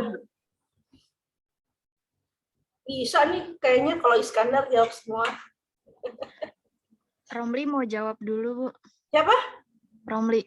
Oh, Romli. Wah, Romli diem-diem udah siap. Bu, maaf Bu, tadi sinyal Bu ya. Saya mau jawab pertanyaan dari Septi Berta Bu. Yang strategi pemerintah dalam menghadapi terorisme di era demokrasi. Selain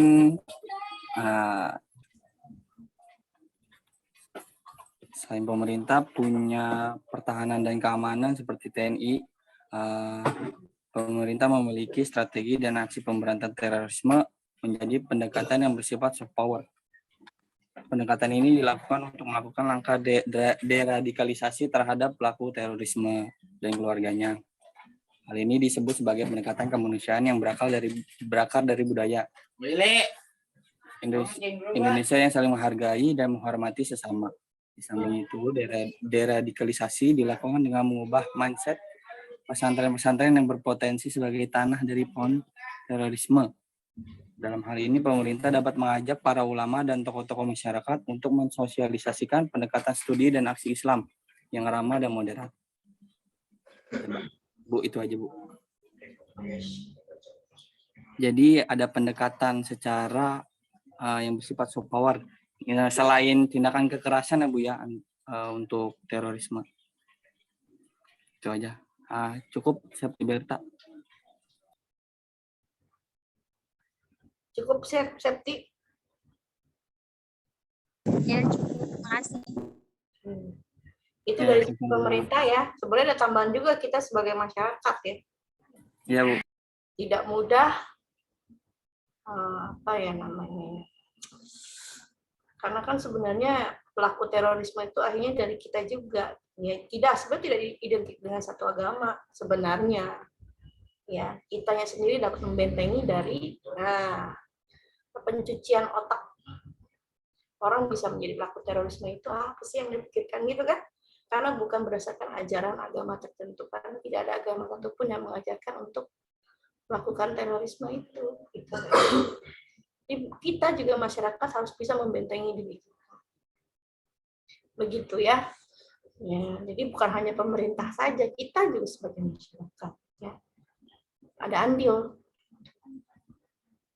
Ketika kita melihat ada sesuatu hal yang ganjil gitu ya di sekitar kita, nah itu kita wajib ya, peka gitu ya.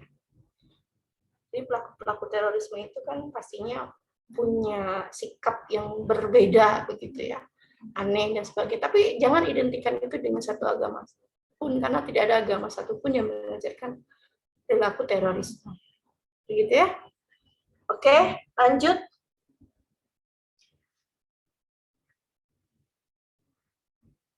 Siapa yang mau menjawab pertanyaan berikutnya? Baru satu masih ada 5. Ayo. Boleh tuh yang otonomi daerah yang dari Arif, sekaligus boleh sambil menjawab ketimpangan yang ditanyakan Septia dan yang ditanyakan Nia. Kendalanya apa saja sih? Itu sebenarnya otonomi daerah bisa dijawab 1 orang. Ayo, silakan. Saya bantu jawab, Bu, pertanyaan Fahmi. Waduh, Fahmi. Keberhasilan era Joko Widodo di bidang ekonomi. Yang pertama contohnya harga bahan bakar minyak tidak lagi timpang. Yang kedua, tingkat kemiskinan tercatat sebagai yang terendah sepanjang masa, yaitu 9,82%. Yang ketiga, begitu juga dengan pengangguran terbuka yang hanya 5,13%. Program jaminan sosial lebih dari 92 juta warga menerima kartu Indonesia Sehat. Itu aja sih, Bu, mungkin contohnya. Oke. Saya nggak komen ya. Saya langsung tanya ke Fahmi. Sudah cukup ya, Fahmi ya? Itu jawaban dari kelompok ini ya. Prestasi pembangunan ekonomi dari kepemimpinan Bapak Presiden Joko Widodo. Ya, lanjut. Alhamdulillah 2 saja sudah selesai. Nah, yang 4 boleh PR ya. PR. Ayo. Ini otonomi daerah, Arif definisinya, ya kan penjelasannya. Kan belum tuh tadi katanya. Terus strateginya bagaimana? Strategi ketimpangan itu terjadi, bisa terjadi kok bisa terjadi antara pemerintah pusat dengan pemerintah daerah. Mungkin bukan pemerintahan pusat yang pembangunannya kali ya, maksudnya ya Septia, ketimpangan antara daerah lain ya.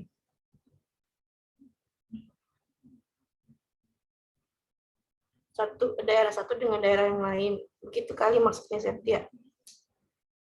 Dan ya, kendalanya apa sih gitu ya? Otonomi daerah. Yang tadi menyimak apa yang disampaikan Fahmi sebenarnya bisa menjawab ya, dan tambahkan lagi bisa itu. Yuk.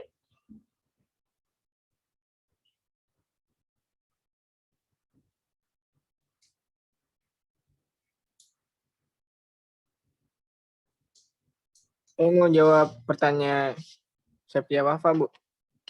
Septia Wafa itu tentang timpangan ya? Ya, silakan Teguh.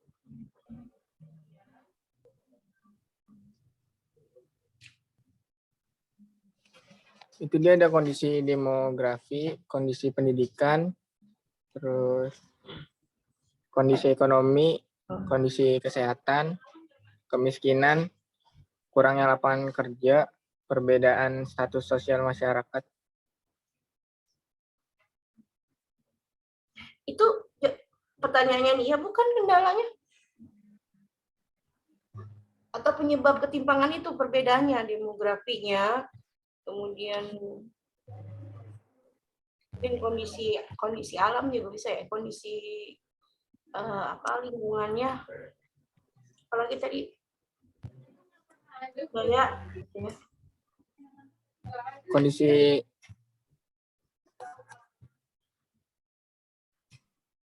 itu yang menyebabkan ketimpangan. Iya, Bu. Karena kondisi demografi, karena kondisi pendidikannya, terus ada karena kondisi ekonomi juga, terus kondisi kesehatan, kondisi kemiskinan, sama kurangnya lapangan kerja, terus perbedaan status sosial. Berarti bisa sekaligus menjawab nih, ya, apa saja yang dapat apa saja yang membuat atau menghambat pembangunan otonomi daerah.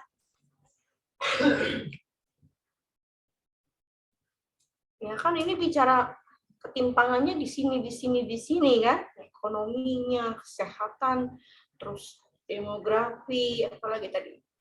Berarti sekaligus bisa menjawab dong kendalanya apa, kenapa bisa terjadi perbedaan seperti itu. Silakan siapa yang mau membantu menjawab. Saya, Bu. Sri Amalia. Ya, silakan Sri Amalia. Apa saja yang menjadi penghambat dan pelaksanaan otonomi daerah itu? Pertama ada komitmen politik. Penyelenggaraan otonomi daerah yang dilakukan oleh pemerintah pusat selama ini cenderung tidak dianggap sebagai amanat konstitusi. Yang kedua, masih terpaku pada sentralisasi. Daerah masih memiliki ketergantungan tinggi terhadap pusat, sehingga mematikan kreativitas masyarakat dan perangkat pemerintah di daerah. Ketiga, kesenjangan antar daerah. Kesenjangan kuantitas dan kualitas sumber daya manusia serta infrastruktur ekonomi. Terus yang keempat ada ketimpangan sumber daya alam. Daerah yang tidak memiliki kekayaan sumber daya alam tetapi populasi penduduknya tinggi akan terengah-engah dalam melaksanakan otonomi. Selanjutnya benturan kepentingan. Adanya perbedaan kepentingan yang sangat melekat pada berbagai pihak yang menghambat proses otonomi daerah, seperti benturan keinginan pimpinan daerah dengan kepentingan partai politik. Selanjutnya, keinginan politik atau political will, keinginan politik yang tidak seragam dari pemerintah daerah untuk menata kembali hubungan kekuasaan pusat dan daerah. Kemudian, perubahan perilaku elit lokal. Elit lokal mengalami perubahan perilaku dalam penyelenggaraan pemerintah daerah karena pengaruh kekuasaan yang dimilikinya.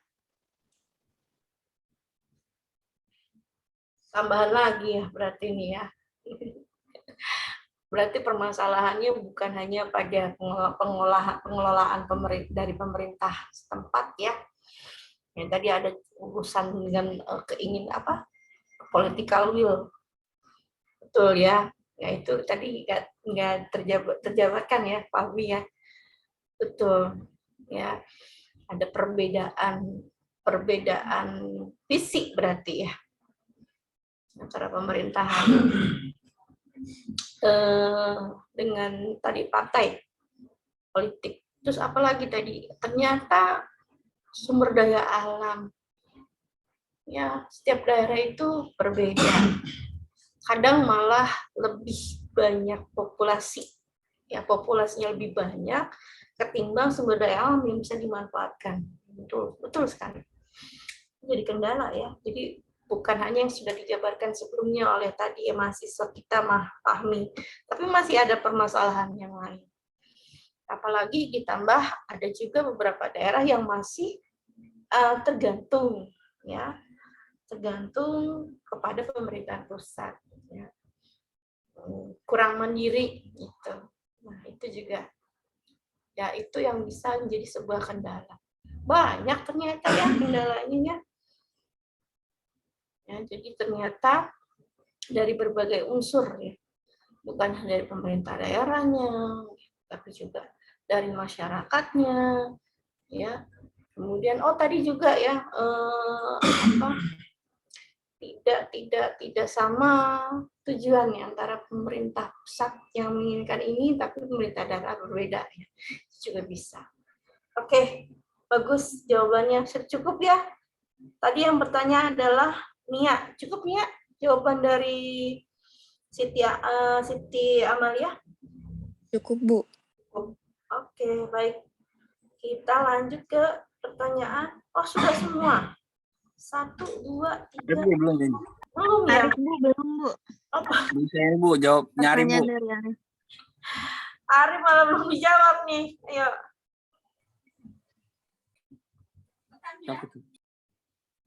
Saya jawab Bu ya. Untuk prinsip otonomi daerah, tadi udah dijelasin nih, saya jelasin lagi sih. Prinsip otonomi daerah dilaksanakan dengan memberikan kewenangan yang luas, nyata, dan bertanggung jawab kepada daerah secara proporsional yang diwujudkan dengan pengaturan, pembagian, dan pemanfaatan sumber daya nasional yang berkeadilan, serta pertimbangan keuangan pusat dan daerah. Keuangan pusat dan daerah. Lalu manfaat daerah otonom. Itu yang pertama dapat membuat, mengatur, mengurus kebijakan berdasarkan dan disesuaikan dengan kepentingan masyarakat setempat di daerah otonom. Yang kedua, memiliki kekuasaan, kebebasan, dan kewenangan mengatur pemerintahan daerah sendiri, tidak bergantung pada pemerintah pusat. Yang ketiga, menambah efisiensi pemerintah pusat untuk menjalankan tugas. Yang keempat, barang dan jasa di daerah otonom dapat lebih terjangkau ataupun rendah. Itu, Rip. Cukup, Rip. Yang terakhir apa tadi? Barang dan jasa? Barang dan jasa di daerah otonom dapat lebih terjangkau ataupun rendah. Iya. Jadi untuk sumber pendapatan daerahnya kan berarti barang atau jasa yang akan diolah itu harus terjangkau dan murah ya. Iya betul. Iya, karena Nah, berarti kenapa kalau kita ke suatu daerah yang produksi ikannya banyak ya, mungkin pesisir ya, itu dia hasilnya itu yang dia gunakan karena memang bahan dasarnya terjangkau dan murah kan gitu. Jadi apa yang dijual produknya berbau ikan dan sebagainya ya, hasil laut. Ya betul. Ada beberapa poin tadi prinsip yang sebenarnya akhirnya ada di kendala. Ya kan, ternyata malah prinsipnya tadi malah justru ada di kendala. Berarti ada sebuah pertanyaan yang dari saya ya, berarti ada sebuah apa tuh untuk otonomi daerah itu ada sebuah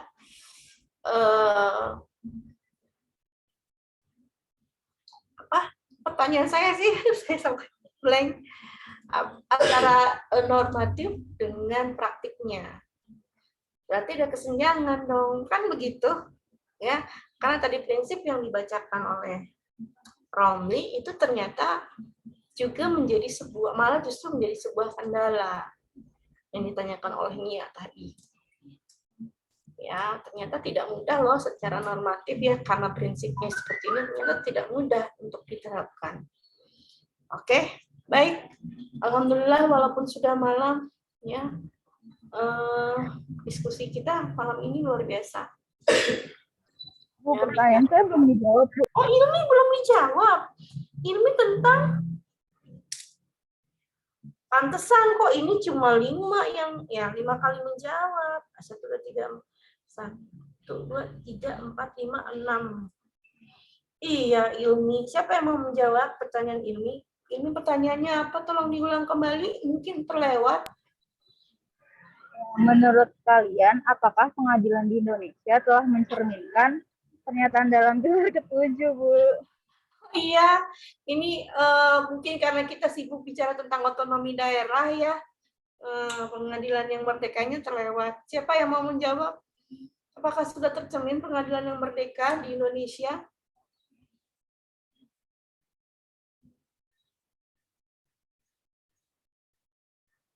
Bentar ya, Bu. Ribet, Bu.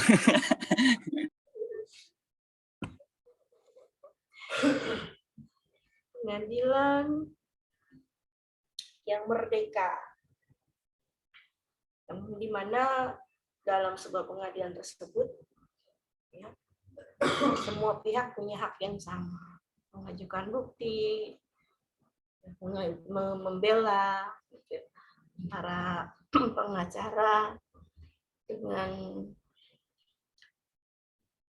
jaksa gitu ya, itu punya kesempatan yang sama dalam memberikan bukti. Itu maksudnya yang pengadilan merdeka ya. Jadi di sini erat kaitannya dengan kalau kaitan tindakan pidana ya, itu praduga tidak bersalah itu masih berlaku ya dalam sebuah pengadilan. Ya. Jadi mencari sebuah keadilan ya, yang benar-benar, sehingga tidak ada ibaratnya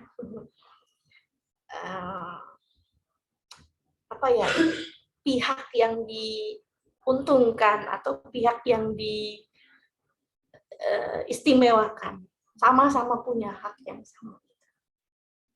Ya, sehingga hasil dari pengadilan yang merdeka itu benar-benar menegakkan hukum, itu ya, untuk menegakkan hukum di Indonesia.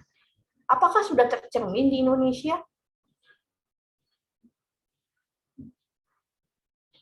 Kalau bicara tercermin itu berarti persentasenya lebih besar ya.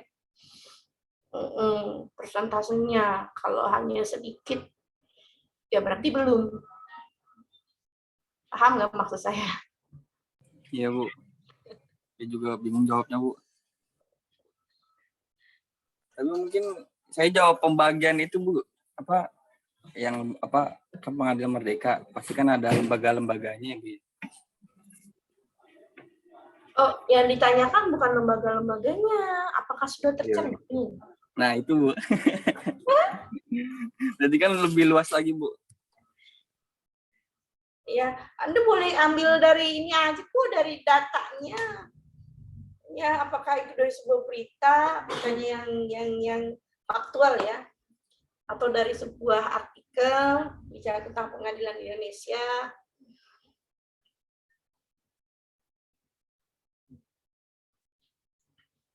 Kalau saya sih cara mengikuti kasus ya, kasus-kasus, tapi pernah satu ketika saya nonton pengadilannya Mbak Mirna itu loh, kopi sianida.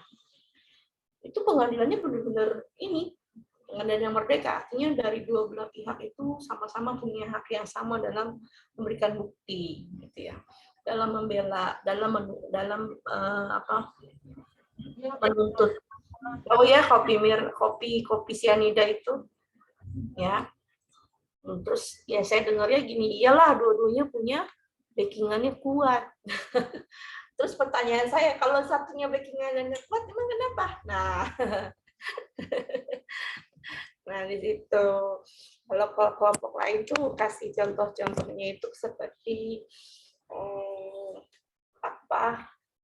pencuri kakao ya, nenek siapa ya yang mencuri kakao, terus apalagi ya waktu itu ya, ada juga yang kasih contoh itu karena bersikap sopan maka mendapat hukuman yang sangat ringan, itu ada contohnya yang begitu ya. Terus apalagi banyak sih sebenarnya. Ayo silakan, tinggal jawab sesuai dengan fakta aja. Romli. Ibu, saya mau izin jawab. Ya Nia, silakan. Menurut saya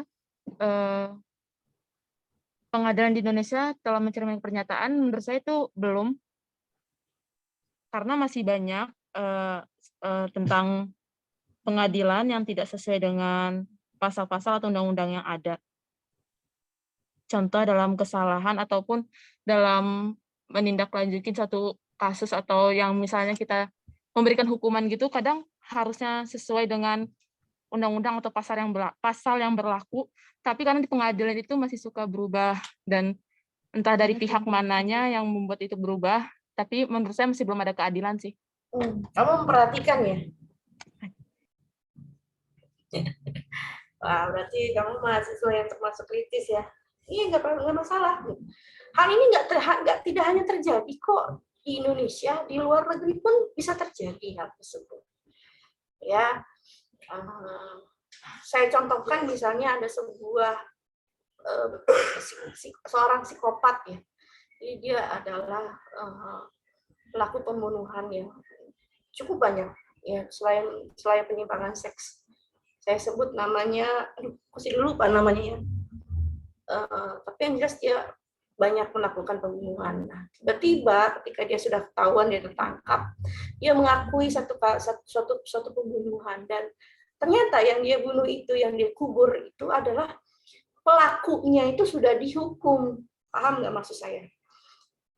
Dan dihukum beberapa tahun, sudah menjalani hukuman. Padahal dia mengakui bahwa dialah yang membunuh. Kok bisa gitu? Ya, di daerah Jombang, Rian Jombang. Kamu silakan deh cari kasus Rian Jombang itu. Jadi ada ketika dia sudah tertangkap, dia melakukan banyak pembunuhan, dia akhirnya mengaku juga dia telah membunuh seseorang ini. Anehnya sudah ada pelaku yang ditahan atas pembunuhan si yang diakui itu. Nah, itu kan berarti ada sesuatu yang kaitannya dengan, oh, ketika di pengadilan, kenapa dia bisa tertuduh dan akhirnya terdakwa dan akhirnya jatuh hukuman? Berarti kemungkinan apa yang dilakukan si pembela gitu ya terhadap terdakwa itu tidak maksimal, artinya tidak mewujudkan pengadilan yang merdeka ini. Paham ya maksud saya ya? Nah, ini salah satu contoh. Artinya kalau saya bilang belum ada contohnya, kan begitu. Kita tidak boleh ngomong tapi nggak ada contohnya. Paham ya? Ya, jadi kalau pengadilan yang merdeka itu berarti kalau benar-benar diwujudkan, insya Allah tidak ada yang dirugikan gitu, dalam pengadilan tersebut. Jadi keputusannya benar-benar adil. Ya. Baik, terima kasih untuk jawabannya. Mohon maaf sudah 20 menit ya. Yang minggu depan mungkin di quarting ya. Karena kemungkinan minggu depan juga hanya 2 kelompok. Ya kan? 2 kelompok, 1 kelompok untuk 2 pilar ya. Jadi tidak lama. Saya tambahkan sedikit materi tentang penegakan hukum yang berkeadilan. Ya. Oke, halo, jangan bobo. Saya mau ini nih. Mau absen. Ya udah tidur duluan. Dia Ayu. Ya Ayu. Hadir, Bu. Oke, Anita Rahman. Hadir, Bu. Mala. Hadir, Bu. Muhammad Romli. Hadir, Bu. Lita. Hadir, Bu.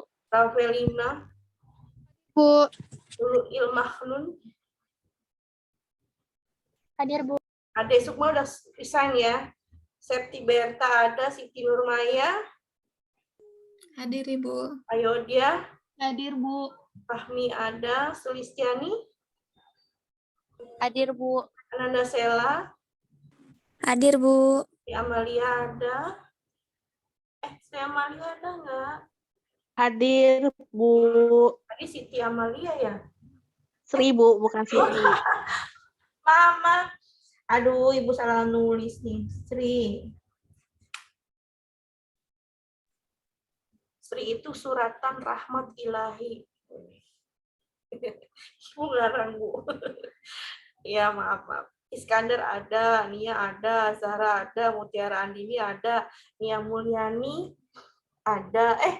Nia Febrian. Tadi Nia Mulyani ada nggak? Hadir, Bu. Oke, lanjut. Septia Wafa ada, Indah Octavia. Hadir, Bu. Oke, Kafifa ada, Teguh ada, Arif ada, Siti Askia.